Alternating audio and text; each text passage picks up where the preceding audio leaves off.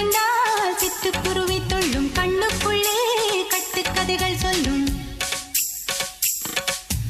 10 விரல் 10 தடவை கிள்ளும் பக்கம் வந்து பச்சை கிளியை அள்ளும்.